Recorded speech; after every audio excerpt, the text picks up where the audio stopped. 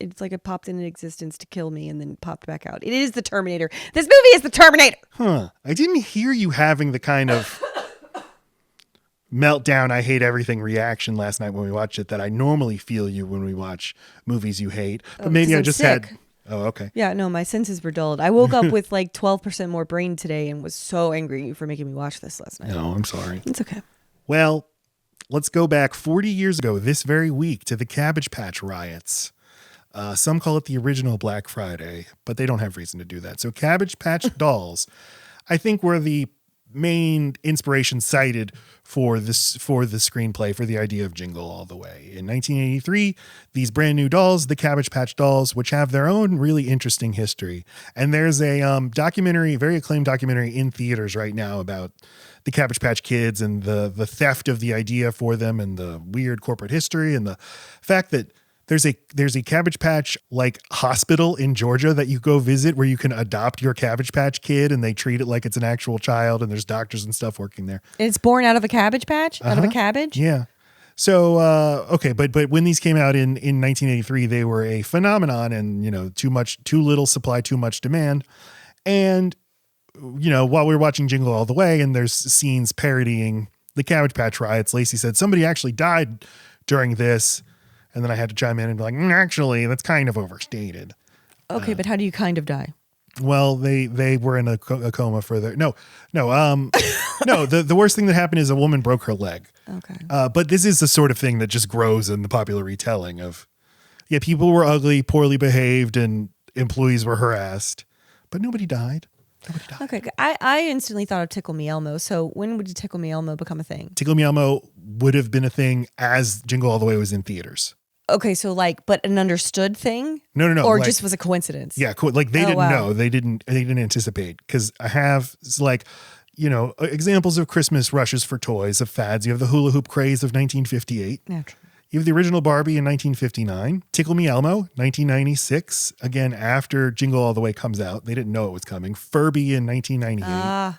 One thing I didn't include is Beanie Babies because I'm rereading the Beanie Baby Bubble, which is a very good book.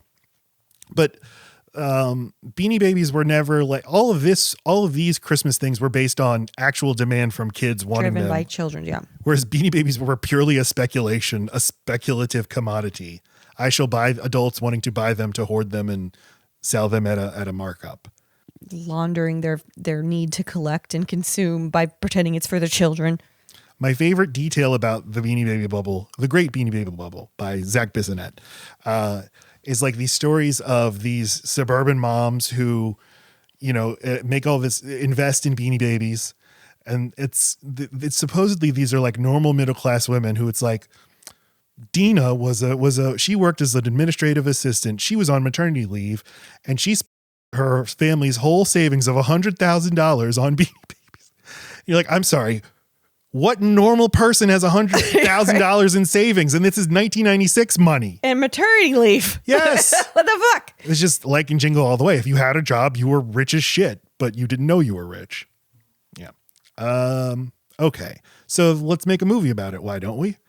And Randy Kornfield writes the screenplay for this movie. His only other theatrical feature credit is Eight-Legged Freaks, but it gets the attention of producer Chris Columbus, who was the director of Home Alone.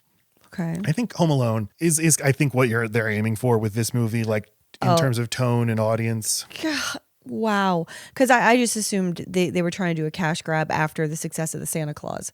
Like, let's make a grumpy man part of Christmas. Mm-hmm. And let's have a boy really rely on the grumpy man. And he's a wayward dad, a dad that's not totally involved, but this will be the way he gets back in with this. So, and it's very much felt like, well, if Tim Allen can do it, then why not Arnold Schwarzenegger? Yeah. Where Home Alone had so many, it had charismatic villains and bad guys and a kid that was lightning in a bottle that had charisma no child actor has ever matched, in my opinion. You don't think Jake Lloyd comes close to this movie? I meant in terms of like the mixture of antics of like respected comedians like improvising with each other, also having like slapstick for kids, also having like this gushy sentimentality. You're right. I don't think of this cast as stacked, but yeah, the fucking Sinbad, Phil Hartman, and then there's a goddamn Belushi in there for good measure. Vern Troyer, not that he's like a comedic genius, but like when you see all those people on a piece of paper, you think we're going to get something good out of this. No, and you don't. Well, with Home Alone, you had I know. John Candy and Catherine O'Hara and Chris Columbus just let him go, just riff with each other in the back of that van. And in Jingle All the Way, he is producer, I'm sure, is telling Sinbad and Phil Hartman, and this is documented, they got to improvise most of their lines. And he probably thought, like, we're doing it again. We're catching it again. We're going to do it again. But you didn't. The tone is so off. But Phil Hartman is a treasure. He's so funny in this movie, and Sinbad's very fun too. I always enjoy Sinbad. He had a stand-up special that I remember really liking on Comedy Central. And am I having a Shazam, a pizzazz moment where was Sinbad ever a genie, or is it just that he wore genie pants? Wow.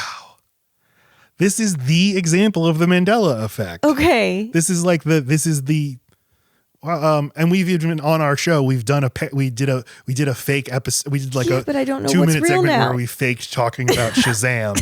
What's Shazam is the movie that Sinbad allegedly starred in as a genie. Yeah.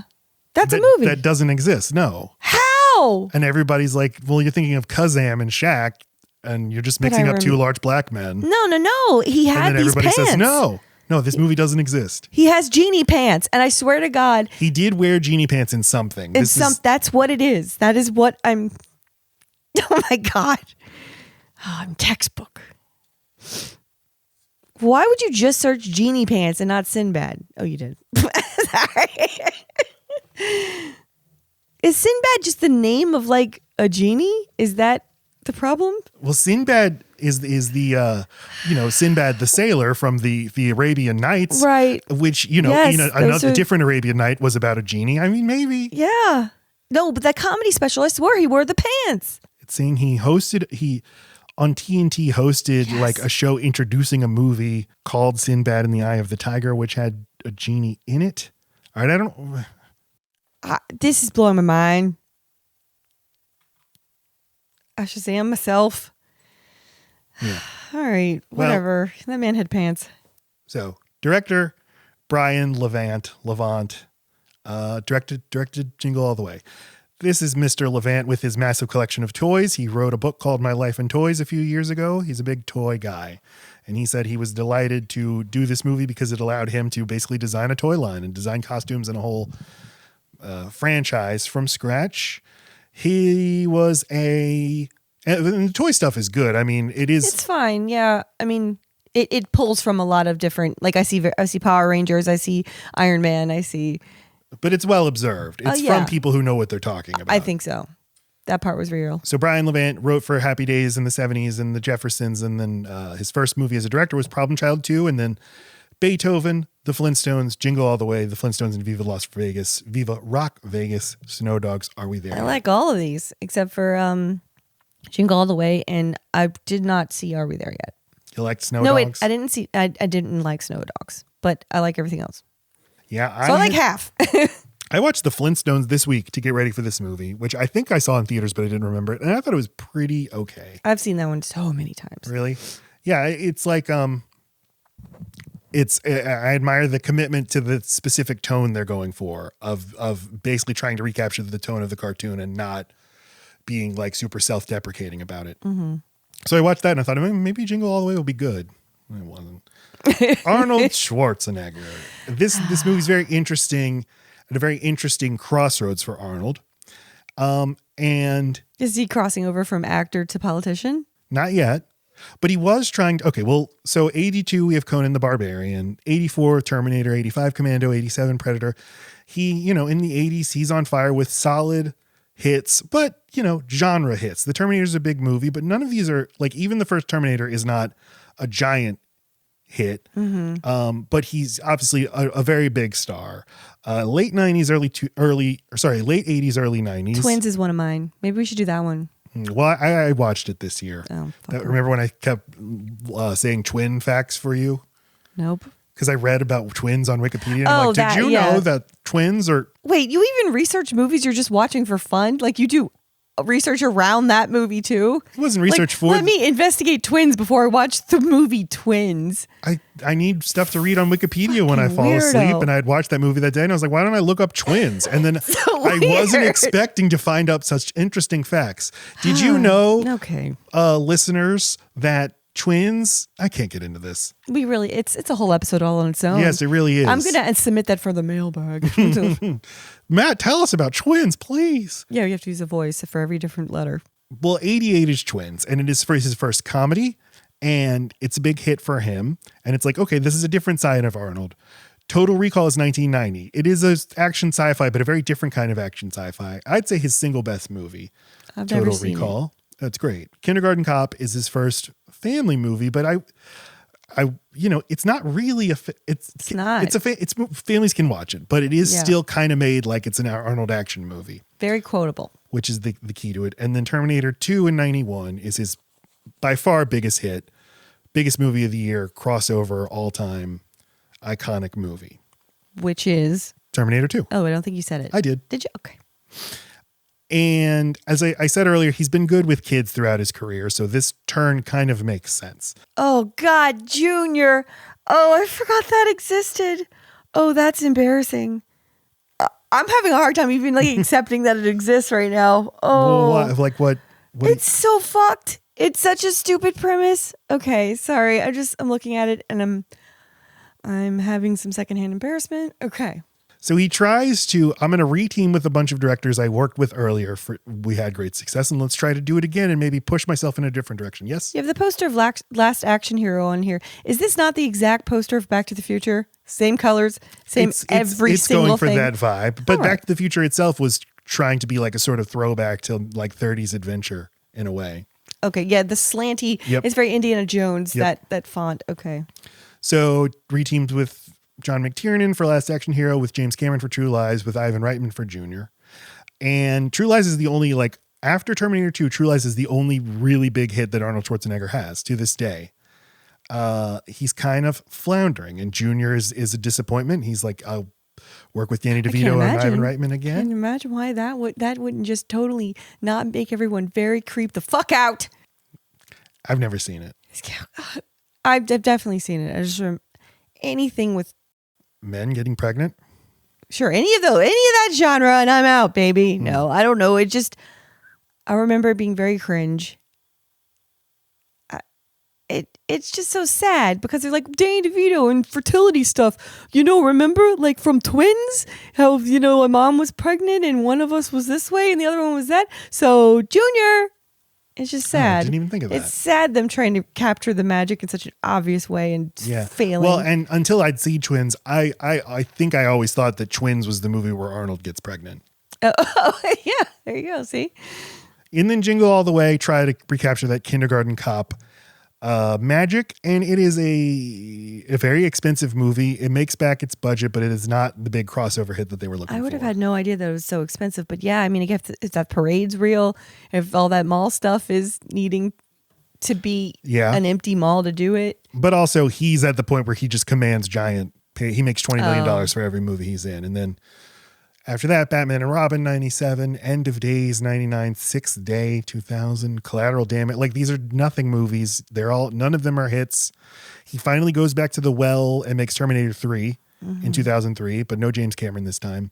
And it is like a modest hit, but it's not the big blockbuster. And he's like, well, you played your Terminator card and it didn't work, so just go be governor. So that's where he's at this point. Well, no one else's name can fit on the damn movie poster with him. So he's always just alone at the top or the bottom. Schwarzenegger. I wonder how they figured out that you need to just put his last name. Because, I mean, it's just like with my middle name. Once you see any of three of my names, you just read the one that stands out. I was always referred to as Elizabeth on the first day of school because it's double the size of either part of my other two names, Lacey and Elizabeth Roth. So I'm sure it's just from marketing. No one is seeing the word Arnold if they're also seeing. It's basically a shape at this point. Schwarzenegger is such a memorable look that it's the triangle. You put a triangle on your movie poster essentially. And also I think there's we're gonna the secret this into happening. like this is Schwarzenegger, like it is sort of a throwback It's to got a this is stamp. this is Garbo, or this is Schwarzenegger stamp. Karloff. These are these big, just icons bigger than movies themselves. Okay, Sinbad, aka David Adkins, who was a stand-up in the 90s. The 80s. He named himself Sinbad after the sailor. And he his career launched when he appeared on Star Search as a stand-up comedian. And then he was in the show A Different World. I don't think I've seen one episode of any Cosby adjacent property. I've never seen The Cosby Show. I've never seen A Different World. Okay. No familiarity with it. Yeah, I watched A Different World a little bit, but I definitely watched The Sinbad Show. Really? I watched Sister. I'm just naming black shows. Is that okay? Fuck. I watched. What? Why would you say that it's Cosby adjacent? A Different World? Yeah. Because is it a spinoff? Yeah, the Lisa Bonet was the star, was from The Cosby Show. She was playing her character, but she left A Different World after the first season. So it was like, well, the star of the show's not here anymore. We got to build it around different people. But they try to launch him as a, movie guy in movies. I find him very funny. House Charming. Guest in 95. Have you seen that? Yes. And I didn't even think of that connection with Phil Hartman. First Kid and Good Burger in 96. Definitely saw First Kid several times. Well, it doesn't really work, his movie career. And that's that. I find him so charismatic, though, and charming and funny, and I just want to be his friend. You don't get that vibe from him? I'm sure he'd be a good person to be friends with. I mean, he's great friends with Bill Cosby. And oh, okay. Sorry. Well, there goes that. And let's just mention Jake Lloyd. Now, this is a thing where Lacey's non-Star Wars background means she's just totally oblivious to this totemic figure of menace in all of our lives.